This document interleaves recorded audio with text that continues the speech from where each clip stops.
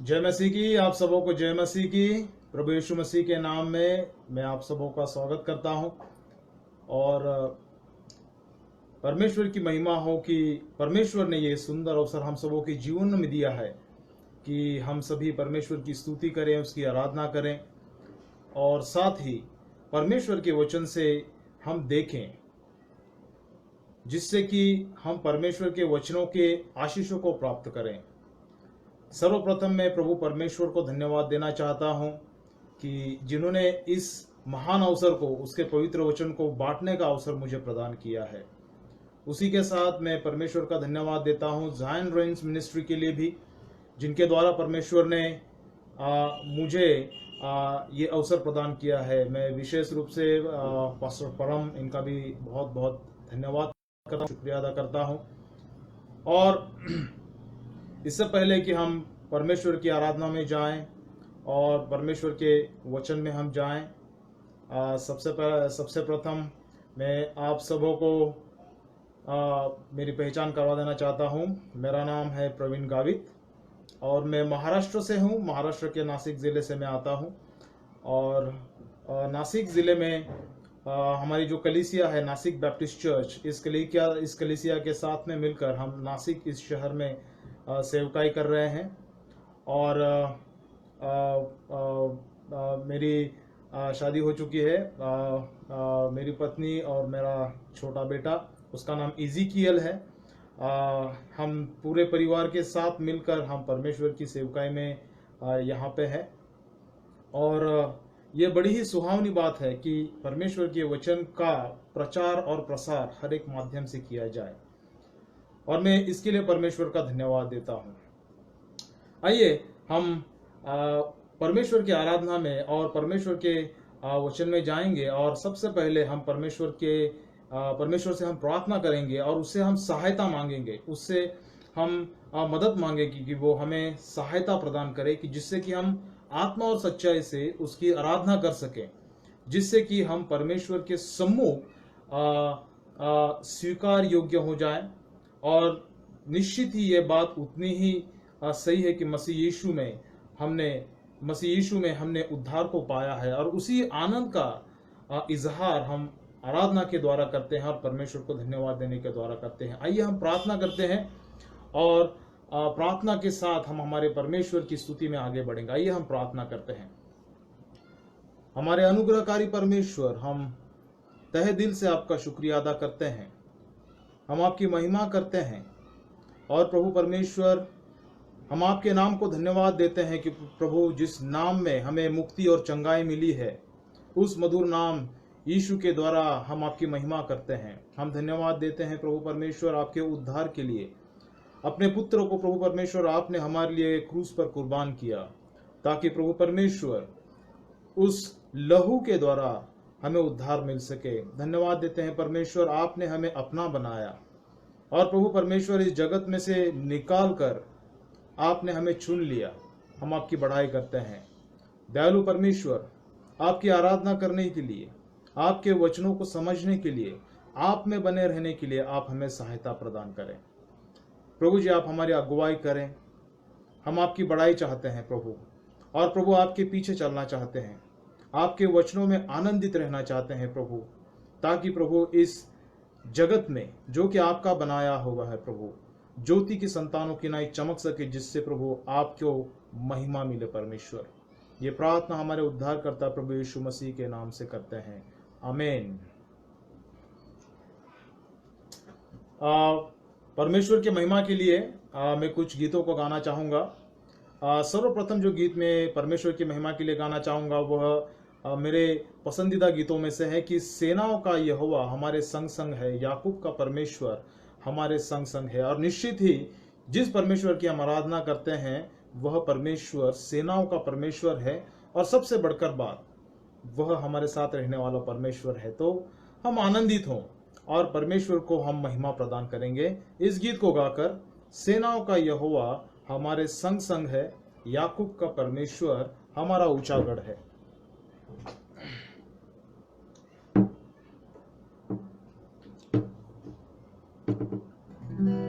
सेनाओं का यहोवा हमारे संग संग है। इस गीत को मैं गाऊंगा और परमेश्वर की महिमा करूंगा, और आप भी मेरे साथ मिलकर परमेश्वर की महिमा करें, क्योंकि वह सेनाओं का परमेश्वर है, स्वर्ग में विराजमान परमेश्वर है, सर्वोच्च स्थान में वसने वाला परमेश्वर है। सबसे बड़ी बात, वह हमारे साथ रहने वाला परमेश्वर है, क्योंकि मसीह यीशु में जो दया, जो अनुग्रह उसने हम पर किया, उसके द्वारा उसकी अद्भुत उपस्थिति उसने हमें प्रदान की है। आइए हम उसकी आराधना करेंगे इस गीत को गाकर कि सेनाओं का यहोवा हमारे संग संग है।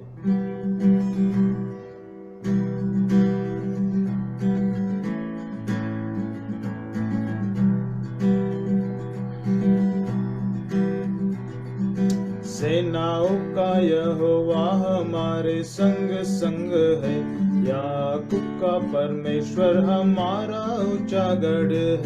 सेनाओं का यहोवा हमारे संग संग है, याकूब का परमेश्वर हमारा ऊंचा गढ़ है। जिसने आकाश बनाया, जिसने पृथ्वी बनाई, जिसने आकाश बनाया, जिसने पृथ्वी बनाई, वो सर्वशक्तिमान प्रभु है, वो यहोवा हमारे संग संग है। वो सर्वशक्तिमान प्रभु है, वो यहोवा हमारे संग संग है। सेनाओं का यहोवा हमारे संग संग है, याकूब का परमेश्वर हमारा ऊंचा गढ़ है। सेनाओं का यहोवा हमारे संग संग है, याकूब का परमेश्वर हमारा ऊंचा गढ़ है। समंदर को जिसने डुबागा, जंगल में से मार को निकाला, समंदर को जिसने डुबागा, जंगल में से मार को निकाला, जो वायदे को करता है पूरा, वो यहोवा हमारे संग संग है। जो वायदे को करता है पूरा, वो यहोवा हमारे संग संग है। सेनाओं का यहोवा हमारे संग संग है, याकूब का परमेश्वर हमारा ऊंचा गढ़ है। सेनाओं का यहोवा हमारे संग संग है, याकूब का परमेश्वर हमारा ऊंचा गढ़ है। लाजरस को जिसने जिलाया, जक्कई को जिसने बचाया, लाजरस को जिसने जिलाया, जक्कई को जिसने बचाया, जिसके लिए सब कुछ संभव, वो यहोवा हमारे संग संग है। जिसके लिए सब कुछ संभव, वो यहोवा हमारे संग संग है। सेनाओं का यहोवा हमारे संग संग है, याकूब का परमेश्वर हमारा ऊंचा गढ़ है। सेनाओं का यहोवा हमारे संग संग है, याकूब का परमेश्वर हमारा ऊंचा गढ़ है। जिसने आकाश बनाया, जिसने पृथ्वी बनाई, जिसने आकाश बनाया, जिसने पृथ्वी बनाई, वो सर्वशक्तिमान प्रभु है, वो यहोवा हमारे संग संग है। सर्वशक्तिमान प्रभु है, वो यहोवा हमारे संग संग है। सेनाओं का यहोवा हमारे संग संग है, याकूब का परमेश्वर हमारा ऊंचा गढ़ है। सेनाओं का यहोवा हमारे संग संग है, याकूब का परमेश्वर हमारा ऊंचा गढ़ है। याकूब का परमेश्वर ऊंचा गढ़ है, याकूब का परमेश्वर हमारा ऊंचा गढ़ है।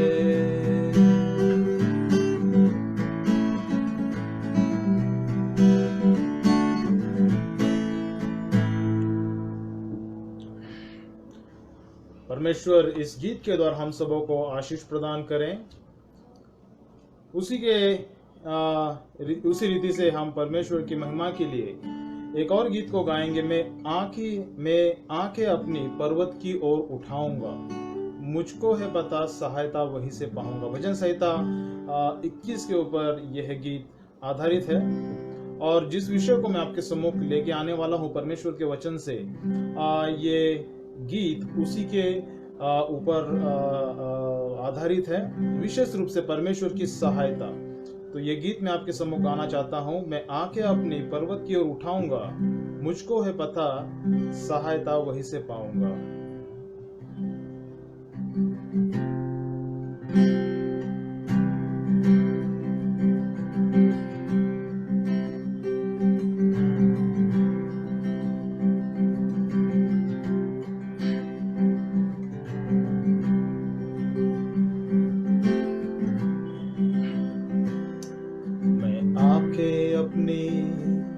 पर्वत की ओर उठाऊंगा,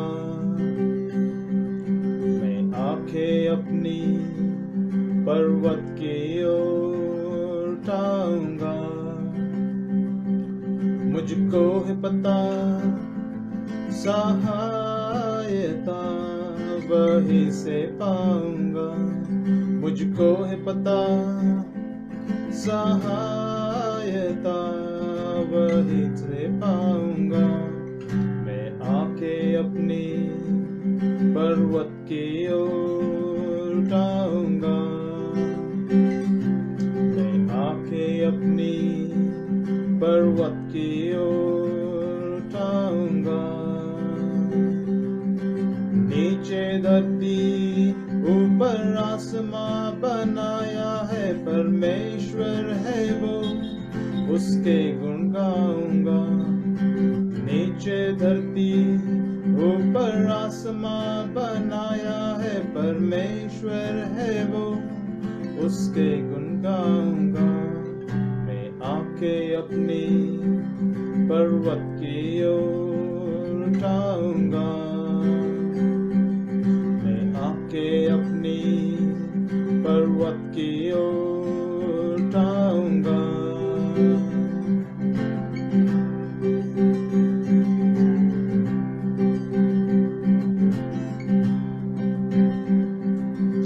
फिसले ना कदम कभी राहों में,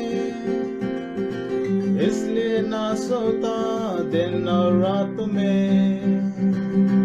फिसले ना कदम कभी राहों में,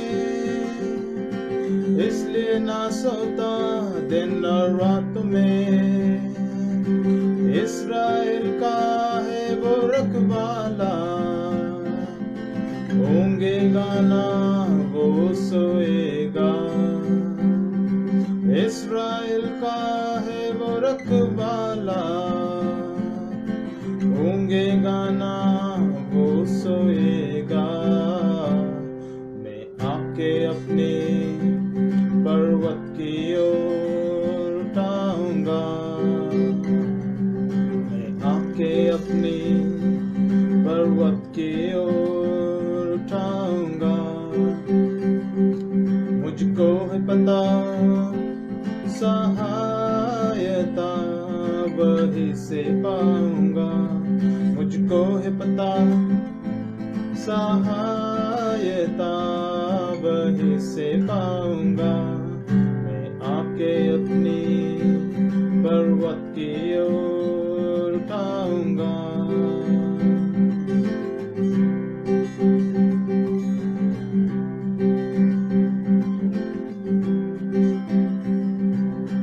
कष्टों से यीशु मुझे बचाएगा, रक्षक बनकर प्राण संभालेगा। कष्टों से यीशु मुझे बचाएगा, रक्षक बनकर प्राण संभालेगा। बाहर जाओ या अंदर आओ, वो ही हमेशा रक्षक होगा। बाहर जाओ या अंदर आओ,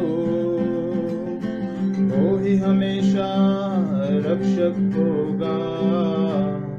मैं आंखें अपनी पर्वत की ओर उठाऊंगा, मैं आंखें अपनी पर्वत की ओर उठाऊंगा। मुझको है पता सहायता वहीं से पाऊंगा, मुझको है पता सहायता वहीं से पाऊंगा। मैं आके अपनी पर्वत की ओर उठाऊंगा, मैं आके अपनी पर्वत की ओर उठाऊंगा, मैं आके अपनी पर्वत की ओर उठाऊंगा, मैं आके अपनी पर्वत की ओर उठाऊंगा।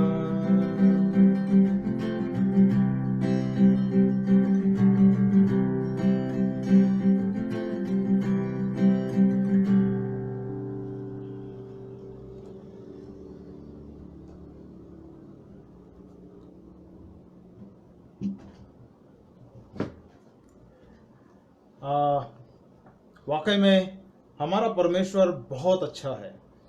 उसकी कृपा, उसका अनुग्रह हम सबों के लिए बड़ा ही अद्भुत है। जैसे पहले गीत में हमने देखा है कि सेनाओं का यहोवा हमारे संग संग है। जिस परमेश्वर ने आकाश और पृथ्वी को बनाया है, जिस परमेश्वर ने हम सबों को बनाया है, और जिस परमेश्वर ने अपने आप को हमारे ऊपर प्रकट किया है। जरूरी नहीं था कि वह हमारे ऊपर अपने आप को प्रकट करे। परमेश्वर के वचन के अनुसार हम देखें तो उसे कोई जरूरत नहीं है, लेकिन उसने अपने सृष्टि के मुकुट पर यानी मनुष्य पर अपने आप को प्रकट किया। और ये कितनी आनंद की बात है कि वह हमारे साथ रहने वाला परमेश्वर है। सेनाओं का यहोवा हमारे संग संग है। याकूब का परमेश्वर हमारा परमेश्वर है। भजन संहिता 121 के अनुसार वो ऐसा परमेश्वर है जिसकी ओर जब हम देखते हैं तो तुरंत हमें सहायता प्राप्त होती है।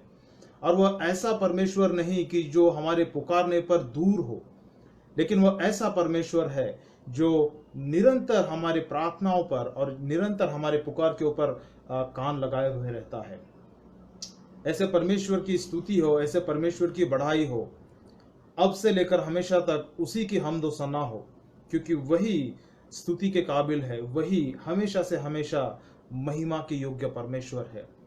और हम परमेश्वर को धन्यवाद करें क्योंकि उसकी अद्भुत कृपा प्रतिदिन हमारे ऊपर होती है और उसका प्रेम प्रतिदिन हमें जीवित बनाए रखता है।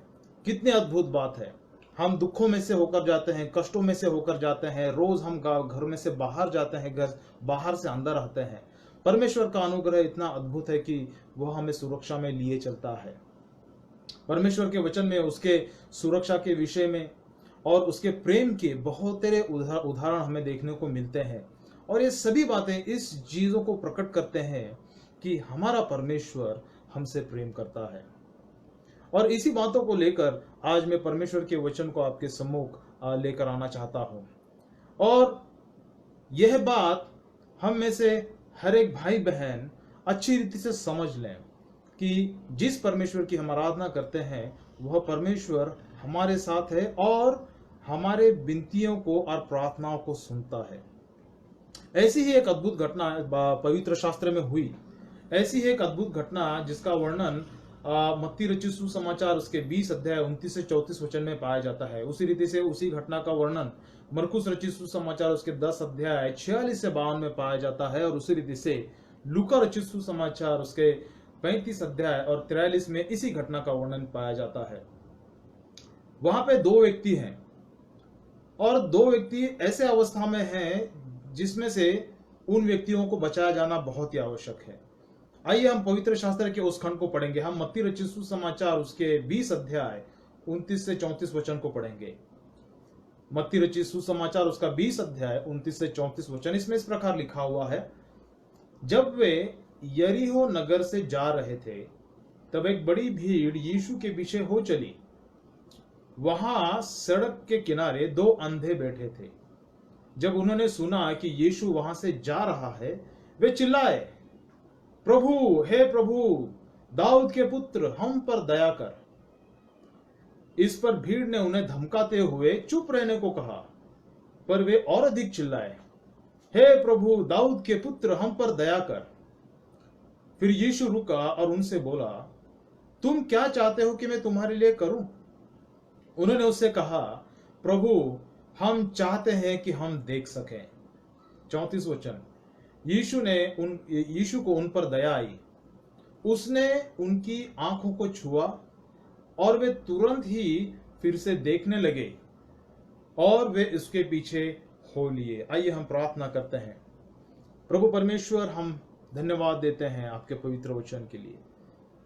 आपका वचन सत्य है, आपका वचन प्रकाश है, और सबसे बड़ी बात प्रभु, आपका वचन आपके विषय में साक्षी है।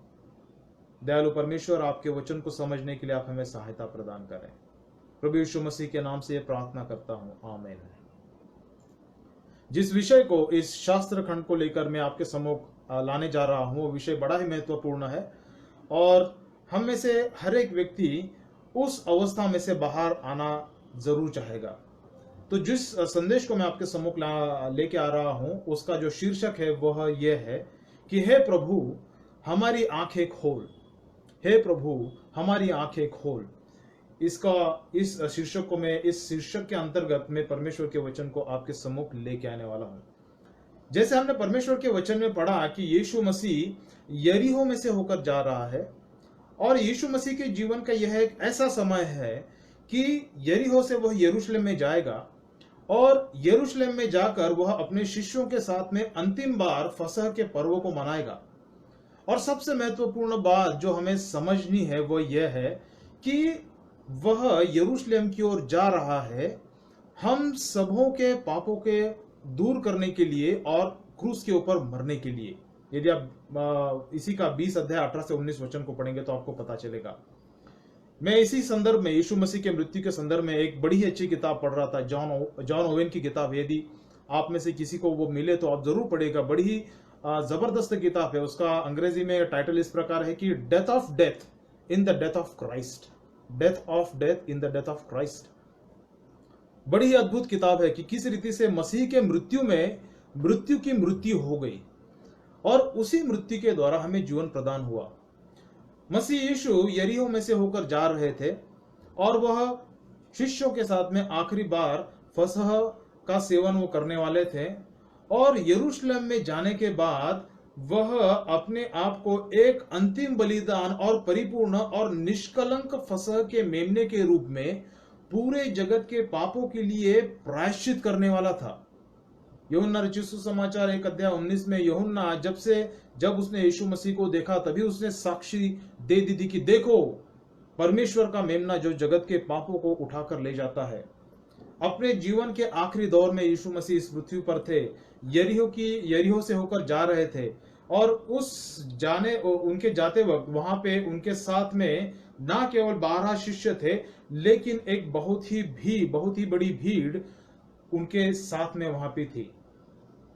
और पवित्र शास्त्र में जब हम पढ़ते हैं तो यीशु की मृत्यु का समय अब ज्यादा दूर नहीं था। कुछ ही सप्ताह केवल उनके जीवन में बचे हुए थे, और इस सप्ताह के दौरान उन्होंने ना केवल एक अच्छा समय अपने शिष्यों के साथ में बिताया। यूहन्ना रचित सुसमाचार यदि आप पढ़ते हैं तो जो व्यक्तिगत सेवकाई उसने अपने शिष्यों के लिए की उसके विषय में हम वहां पे पढ़ते हैं, और जो यरीहो से यरूशलेम तक का जो सफर था उसके अंदर उन्होंने जिन जिन लोगों के साथ में अपनी उपस्थिति को दिया, जिन जिन लोगों के लिए उन्होंने अपने समय को दिया, उन लोगों के जीवनों में उनका क्या असर हुआ, इस चीज को भी हम देखेंगे। यरीहो के रास्ते पर यहाँ पर 2 अंधे भिखारी बैठे हुए थे।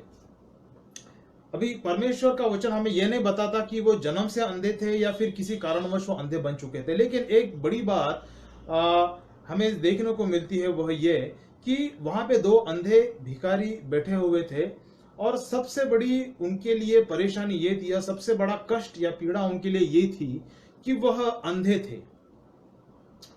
और विशेष रूप से हमें इस बात पर आश्चर्य हो जाना चाहिए कि यीशु मसीह की गिरफ्तारी पास में थी, उसके ऊपर मुकदमा चलने वाला था और उसके ऊपर क्रूस पर चढ़ाया जाना उसके लिए निश्चित किया गया था। कुछ ही सप्ताह वो अपने मृत्यु के पास से दूर था। तो हमें आश्चर्य हो सकता है कि ऐसे समय में कोई भी व्यक्ति यदि अपने मृत्यु के विषय में जानता हो तो वो बड़ा ही टेंस हो जाता है, बड़े ही दुख में रहेगा। लेकिन यीशु मसीह ऐसे किसी भी अवस्था में हमें नहीं दिखते हैं। जब वो यरूशलेम की ओर जाते हैं, इन दो अंधे भिखारियों को चंगा करने के लिए वो समय देते हैं। वो शिष्यों के साथ में एक व्यक्तिगत समय को वहां पे बिता सकते थे और उनको बहुत सारी बातों को सिखा सकते थे। हालांकि शिष्यों ने इन बातों को बाद में सीखा, लेकिन जिस रीति से यीशु ने इन दोनों अंधे भिखारियों के लिए अपना समय दिया, उस समय के द्वारा उन भिखारियों का या उन अंधे लोगों का जीवन बहुत ही बदल गया। क्यों यीशु मसीह ने उन भिखारियों के लिए अपना समय दिया, उन अंधे व्यक्तियों को अंधे व्यक्तियों के लिए समय दिया? जैसे कि मैं उन दो अंधे व्यक्तियों को आपके सम्मुख प्रस्तुत करना चाहता हूं। विशेष रूप से वह इस दशा में थे कि पहले वो बेचारे गरीब थे और वो अपनी गुजर बसर करने के लिए रास्ते पर बैठकर भीख मांगते थे। ये भी एक पीड़ादायक परिस्थिति थी। दूसरी पीड़ादायक परिस्थिति उनके जीवन में ये थी कि वह अंधे थे, उन्हें कुछ भी नहीं दिखता था।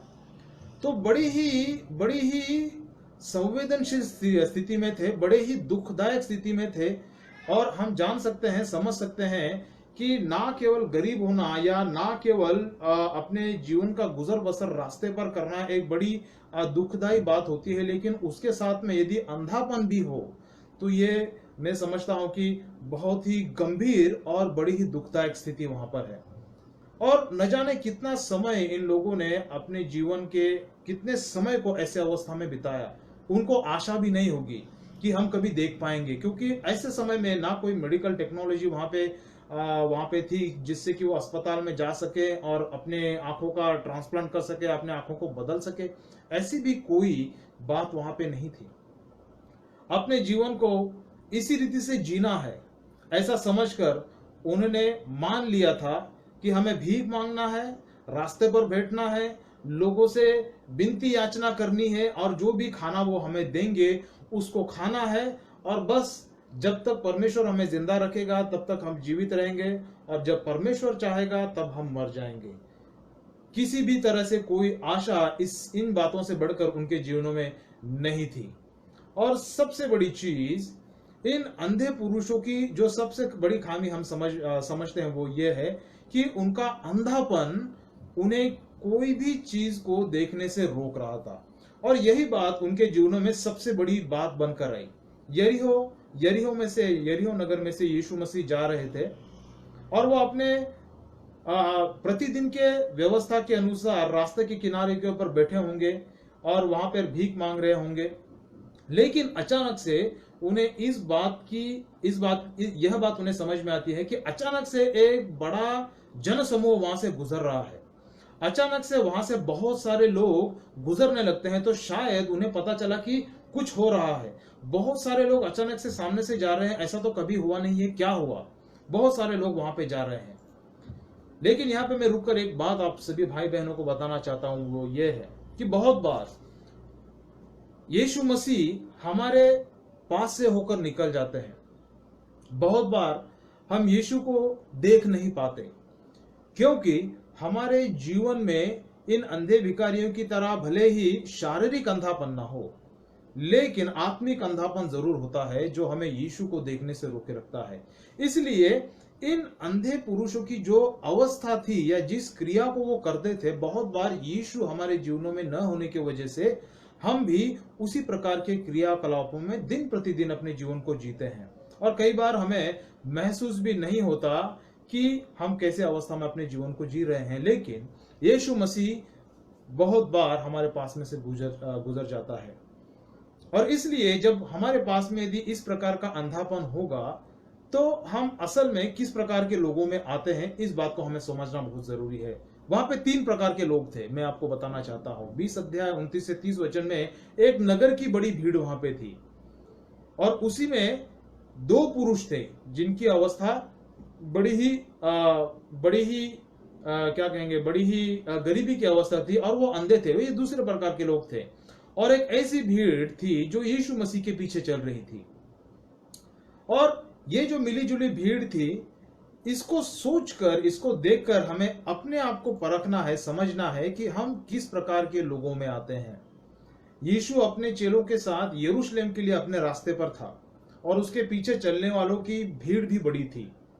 इसी दौरान ये अंधे पुरुष रास्ते के किनारे पर बैठे हुए अपनी दशा को कोसते हुए, जो अन्य लोगों से बदतर थी, परमेश्वर को या किसी रीति से परमेश्वर हमें बचाए, इसकी गुहार वो कर रहे थे।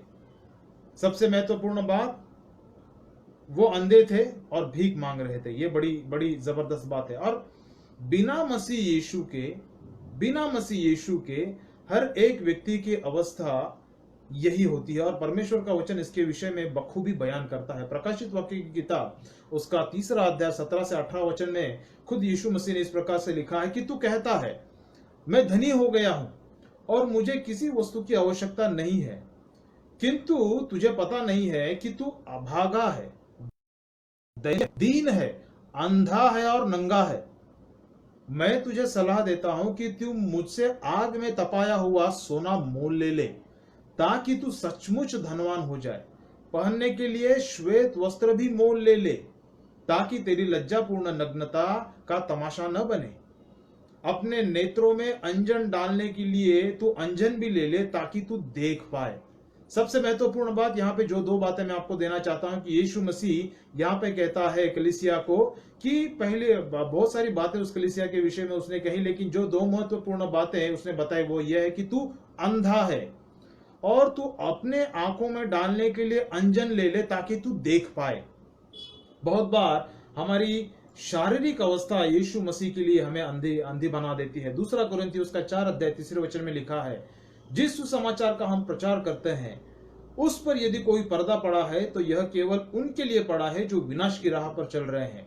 इस युग के स्वामी अर्थात शैतान ने इन अविश्वासियों की बुद्धि को अंधा कर दिया है, ताकि वे परमेश्वर के साक्षात प्रतिरूप मसीह की महिमा के सुसमाचार से फूट रहे प्रकाश को न देख पाए।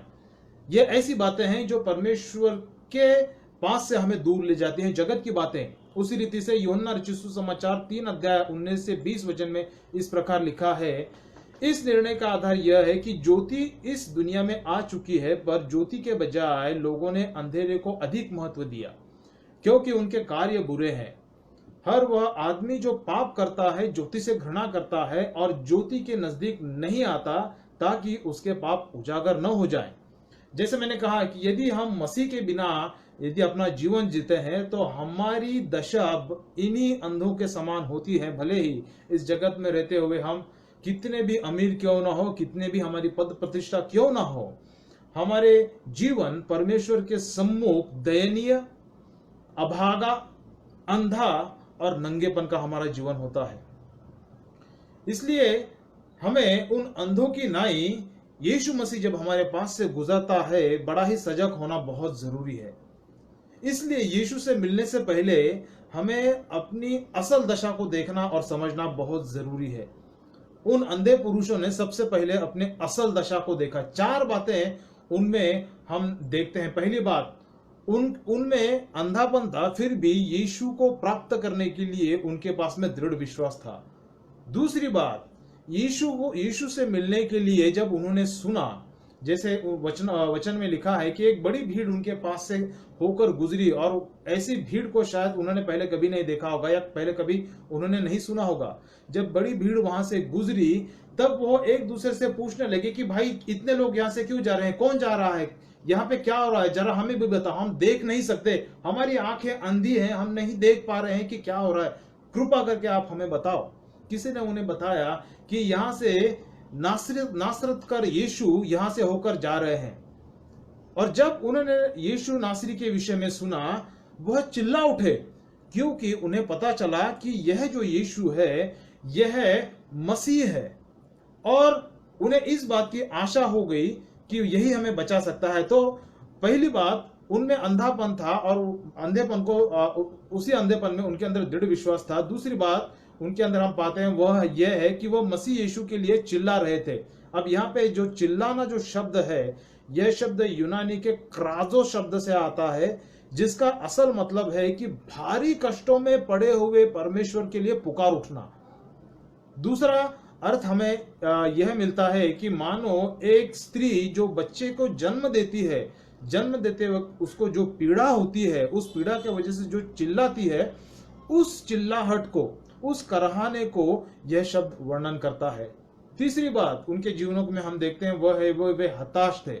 चौथी बात वह हम देखते हैं कि वे पूरी रीति से टूटे हुए थे। जैसे मैंने कहा कि वह शारीरिक दशा में भीख मांग रहे थे और वह अंधे थे।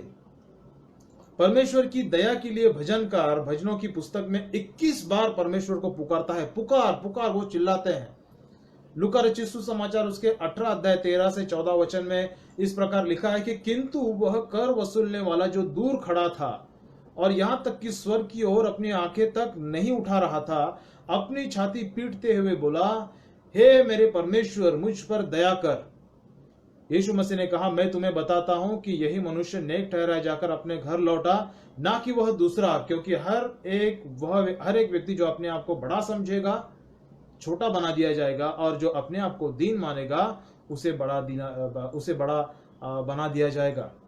जब उन्होंने यीशु के विषय में सुना, उन्होंने विश्वास किया और चिल्ला उठे, हे प्रभु, हे मेरे प्रभु दाऊद के पुत्र, हम पर दया कर। यहूदियों के लिए यह उपाधि दाऊद के पुत्र बड़ी ही प्रसिद्ध थी, क्योंकि यह उपाधि मसीह के लिए समर्पित थी। इस पुकार के अंदर दो महत्वपूर्ण बातें हम उनके जीवनों में देखते हैं। पहली बात, उनकी जिद। 20 अध्याय 31 वचन में उनके अंदर एक जिद थी, एक उनके अंदर धुन थी। उसके वजह से उन्हें रोका नहीं गया, क्योंकि वचन में लिखा है कि उन्होंने कुछ लोगों ने उन्हें धमकाया, लेकिन वे चुप नहीं रहे। दूसरी महत्वपूर्ण बात उनके अंदर देखते हैं, वे हताश नहीं हुए। सबसे महत्वपूर्ण बात, मसीह के पास आने के लिए किसी ने उन्हें विवश भी नहीं किया। क्यों? क्योंकि उन्हें इस बात का पता चल गया था कि यीशु कौन है, और केवल उसी में ही उन्हें आशा है। और वे जान गए कि यीशु जो दाऊद का पुत्र है, जो मसीह है, उनका प्रभु है। दूसरी बात जो उन्हें समझ में आई वो यह है कि यीशु उन्हें बुला रहा है। और सबसे महत्वपूर्ण बात, इस बात को यह बात मुझे बड़ी ही आशीष प्रदान करती है, वो यह है कि इतना बड़ा जमावड़ा वहां पे था, इतने लोग वहां पर मौजूद थे। और हम सभी जान सकते हैं कि जब सैकड़ों लोग एक जगह पर इकट्ठा होते हैं तो कितना आवाज वहां पे होता है। और यीशु मसीह के पीछे सैकड़ों लोग ही नहीं होते थे, लेकिन हजारों की संख्या में लोग होते थे, क्योंकि लोगों को चंगाइयां मिलती थी, लोगों को खाना मिलता था, लोगों को परमेश्वर का वचन मिलता था, लोगों को चिन्ह समझने को मिलते थे। लोग यीशु मसीह के अद्भुत आश्चर्य कर्म को देख रहे थे। सबसे बड़ी बात, लोग परमेश्वर के मसीह को वहां पे देख रहे थे। इतने बड़े जमावड़े में इन दो अंधे भिखारियों की आवाज शायद ही भीड़ में से कोई व्यक्ति सुन पाया होगा, लेकिन यीशु के कानों तक उन लोगों की आवाज वहां पे गई, और यीशु मसीह उनके लिए रुक गया, क्योंकि उनकी चिल्लाहट अपने पूरे तन से, अपने पूरे मन से उनके लिए यीशु की चिल्लाहट वहां पे थी। क्योंकि वो जिन कष्टों में पड़े हुए थे, उन कष्टों में उन्होंने परमेश्वर को सच्चे दिल से पुकारा, अपने पूरे आत्मा से उन्होंने परमेश्वर को पुकारा, यीशु को पुकारा, और वह पुकार यीशु मसीह तक पहुंची, और उसका परिणाम हुआ यीशु मसीह उनके लिए रुक गए। भजनकार भजन 4:1 में बड़े ही अद्भुत रूप से परमेश्वर के लिए अपने विचारों को प्रकट करता है। बड़े ही अद्भुत रीति से अपने आत्मा में होकर, परमेश्वर के आत्मा में होकर परमेश्वर के प्रति वो कहता है। भजन 4:1 में कहता है कि मेरे उत्तम परमेश्वर, जब मैं तुझे पुकारूं मुझे उत्तर दे, मेरी विनती को सुन और मुझ पर कृपा कर। जब कभी विपत्तियां मुझको घेरे तो मुझको छुड़ा ले। जीवनों में, उनके मनों में रही होगी। उसी रीति से यशायाह 59:1 में यशायाह कहता है कि देखो तुम्हारी रक्षा के लिए यहोवा की शक्ति पर्याप्त है। जब तुम सहायता के लिए पुकारते हो तो वह तुम्हारी सुनता है। कितनी अद्भुत और कितनी आशीष की बात है। जो परमेश्वर सर्वोच्च स्थान पर है, जो परमेश्वर ऐसे हजारों हजार भीड़ में घिरा हुआ है, ऐसा परमेश्वर जब हम तहे दिल से उसको पुकारते हैं, हमारी सुनता है। भजन 4:3 में लिखा है कि तुम जानते हो कि अपने नेक जनों की यहोवा सुनता है। जब भी मैं यहोवा को पुकारता हूं, वो मेरी पुकार को सुनता है। मत्ती रचित सुसमाचार उसके 20 अध्याय 33 से 34 में इस प्रकार लिखा है, उन्होंने उससे कहा, प्रभु हम चाहते हैं कि हम देख सकें। 34वां वचन कहता है, यीशु को उन पर दया आई। यीशु ना केवल उनके लिए रुका, लेकिन यीशु ने अपनी दया उन पर दिखाई। विशेष रूप से प्रभु ने किन बातों को उन लोगों के जीवनों में दिखा? सबसे पहली बात, यीशु मसीह ने भीड़ को नहीं देखा। दूसरी महत्वपूर्ण बात, यीशु मसीह ने मनुष्य के अंदर जो लायकपन होता है या मनुष्य के बीच में जो महत्वपन होता है, उसको उसने नहीं देखा। वो किस विश्वास से यीशु मसीह को पुकार रहे थे, उसको भी उसने नहीं देखा।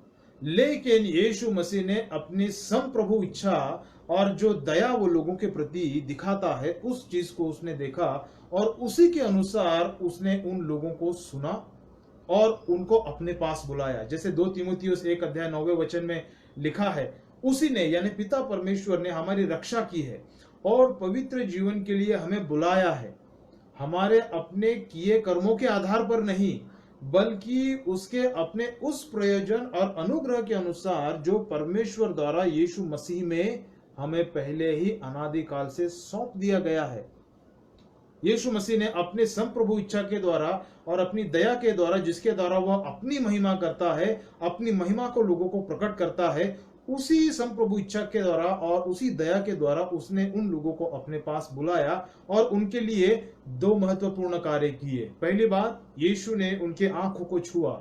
दूसरी महत्वपूर्ण बात जो उनके जीवनों में घटी और यही उनके जीवनों को बदल देने वाली ठहरी, वे बदल गए, उनके जीवन बदल गए, क्योंकि वह अब ऐसी स्थिति में आ गए जब वह अंधे थे, वो कुछ भी नहीं देख पा रहे थे, वो देखने की लालसा करते थे, जगत कैसा है उसको जानना समझना चाहते थे, लोग कैसे होते हैं, पेड़ कैसे होते हैं, बच्चे कैसे होते हैं, परमेश्वर ने जो बनाया है वो कैसा होता है, चिड़िया कैसी होती है, इन सभी चीजों को देखने के लिए वो लालायित थे। परमेश्वर के द्वारा दिए गए जो रंग होते हैं उनको वो देखना चाहते थे, लेकिन किसी भी रीति से वो देख नहीं पा रहे थे। लेकिन उन्होंने यीशु मसीह के पास अपनी गुहार की, अपने कष्टों में होकर सच्चे दिल से यीशु मसीह को पुकारा और यीशु मसीह ने उनकी पुकार सुनी, अपने पास उन्हें बुलाया। उस यीशु मसीह ने अपने हाथों से उनके आंखों को छुआ और उनकी आंखें खुल गई। पता है सबसे पहली बात उन्होंने क्या देखी?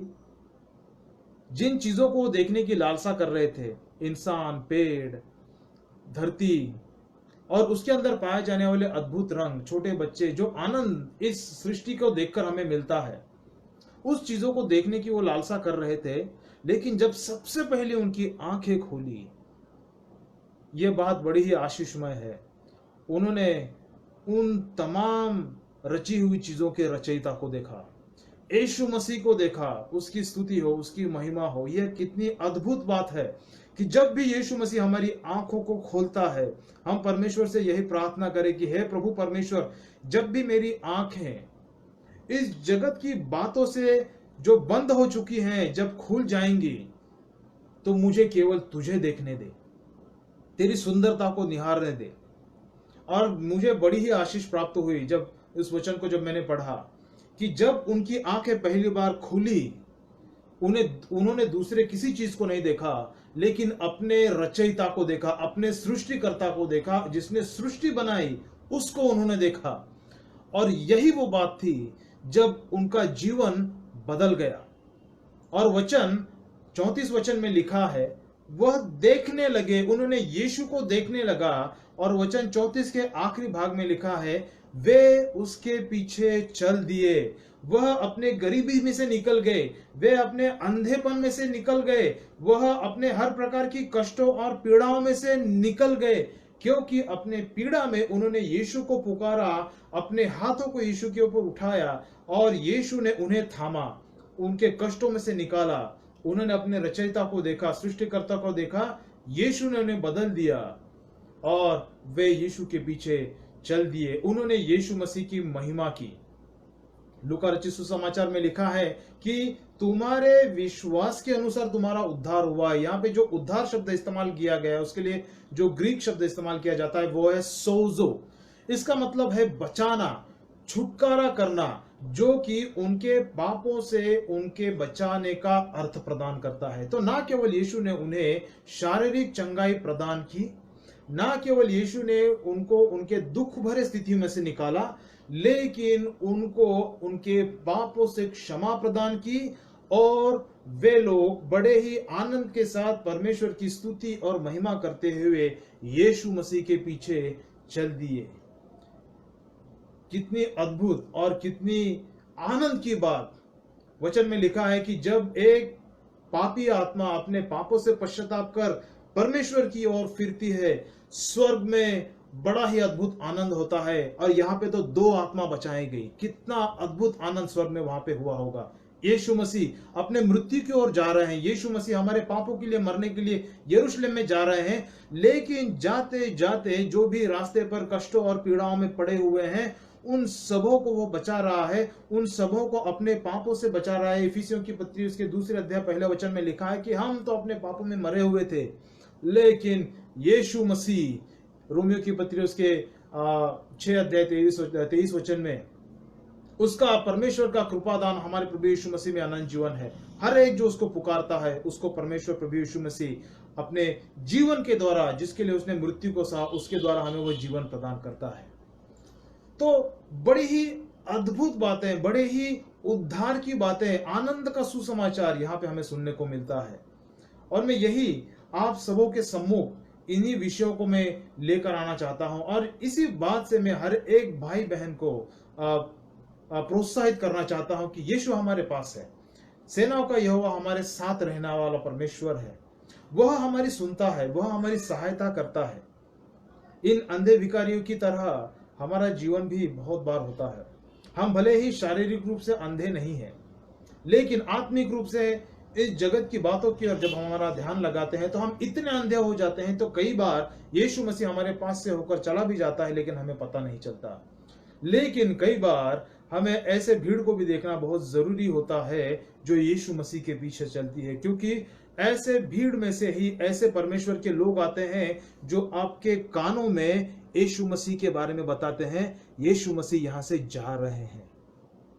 और मेरे प्रियो, इस शाम के समय में मैं यही परमेश्वर से प्रार्थना करता हूं कि हम में से बहुत तेरे भाई बहन अपने पाप में अंधे हैं और हम में से हर एक भाई बहन अपने कष्टों और पीड़ाओं में पड़े हुए हैं। मैं आपको आशा और आपको निश्चित करना चाहता हूं कि यीशु मसीह हमारे साथ है, वह हमारे लिए खड़ा है। हम किस रीति से उसे पुकारते हैं? क्या हमारी पुकार इन अंधे लोगों की तरह है जो भीड़ में से होकर यीशु तक पहुंचती है?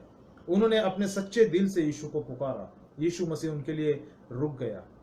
और मैं यही आप सबों को इस वजह से प्रोत्साहित करना चाहता हूं कि यदि हम अंधे हैं, यदि हम दीन हैं, हम यदि नंगे हैं, धनी होकर भी हमारे पास में दरिद्रता है, यीशु मसीह कहता है कि मुझसे ताया हुआ सोना मोल ले, क्योंकि मेरे पास में जो सोना है उसके द्वारा तू मुझ में धनवान किया जाएगा। और इन दोनों अंधे भिखारियों के जीवन में सबसे बड़ी बात यह हुई कि वह यीशु मसीह के धन के द्वारा धनवान किए गए। यीशु मसीह के पीछे वो चल दिए और भले ही जगत की रीति से उनके पास में कुछ नहीं था, परमेश्वर के पुत्र प्रभु यीशु मसीह में वो सबसे बड़े धनवान कहलाए, क्योंकि परमेश्वर का उद्धार उन पर आया।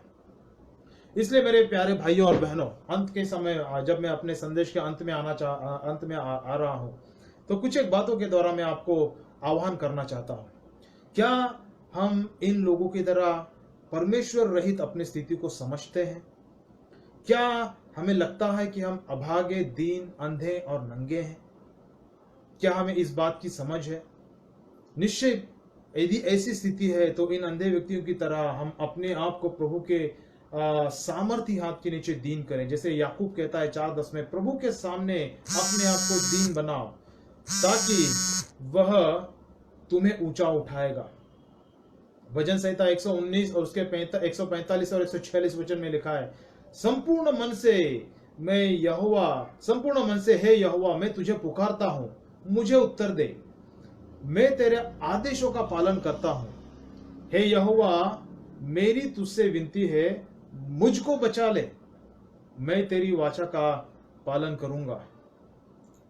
आखिरी वचन में कहना चाहूंगा, यशायाह की पुस्तक उसके 12 अध्याय 2 वचन में लिखा है कि परमेश्वर मेरी रक्षा करता है, मुझे उसका भरोसा है, मुझे कोई भय नहीं है, वह मेरी रक्षा करता है। यहोवा यह मेरी शक्ति है, मेरा उद्धार है, वह मुझे बचाता है और मैं उसका स्तुति गीत गाता हूं। और मैं निश्चय ही इन अंधे व्यक्तियों की तरह परमेश्वर की स्तुति करता हूं, क्योंकि मैं भी एक समय में अंधा था और परमेश्वर ने मुझे बचाया। रास्ते पर मैं उनके द्वारा बैठा हुआ था, लेकिन भीड़ में से किसी ने मुझे यीशु मसीह के बारे में बताया, यीशु मसीह यहाँ से जा रहे हैं। मुझे पता चला कि यही मेरी आशा है, यही मुझे उद्धार दे सकता है। मैंने यीशु को पुकारा और यीशु ने मेरी पुकार को सुना, मुझे उद्धार दिया, मुझे बचाया। इसलिए मैं कहता हूं कि यह मेरी शक्ति है, वह मेरे उद्धार का आनंद है, क्योंकि उसने मुझे बचाया है और मैं उसका स्तुति गीत हमेशा तक गाता रहूंगा। यह मेरे लिए बड़ी आनंद की बात है। और मैं सभी भाई बहनों को जो आज फेसबुक लाइव के माध्यम से सुन रहे हैं, परमेश्वर जिसने आकाश और पृथ्वी को बनाया, वह हमारी प्रार्थनाओं को सुनता है। जब हम पीड़ाओं में पड़े हुए हैं, वह हमें सुन रहा है और वह हमें बचाने के लिए तत्पर है। किस रीति से हम उसको पुकारते हैं, ये मायने रखता है। और मैं यही आपसे कहूंगा कि उन अंधे भिखारियों की तरह हम अपने अंतरात्मा से प्रभु यीशु मसीह को पुकारें कि हे प्रभु, हे दाऊद के पुत्र, हम पर दया कर। दया करता है। इसलिए यदि आज और इसी समय में यदि आपको लगता है कि आपकी आंखें खुली हुई नहीं है, आपको लगता है कि आप अंधे हैं और कुछ भी देख नहीं पा रहे हैं, सबसे बड़ी बात प्रभु को नहीं देख पा रहे हैं, तो आप प्रभु से यही प्रार्थना करें कि हे प्रभु, हमारी आंखों को खोल दे, मेरी आंखों को खोल दे, ताकि मैं तुझे देख सकूं और जो उद्धार तूने अपने पुत्र के द्वारा दिया है, उस उद्धार को जान सकूं और उसके आनंद को अपने जीवन में महसूस कर सकूं और तेरे पीछे में चल सकूं। परमेश्वर आप सबको आशीष प्रदान करे। आइए हम प्रार्थना करते हैं। हे दयालु पिता, धन्यवाद करते हैं प्रभु परमेश्वर, आपका अनुग्रह हमारे लिए पर्याप्त है। धन्यवाद करता हूं प्रभु परमेश्वर, तेरी दया प्रतिदिन हम पर नई होती है और ये जो नई होने वाली दया है, उसके द्वारा प्रतिदिन आप हमें जीवन प्रदान करते हैं।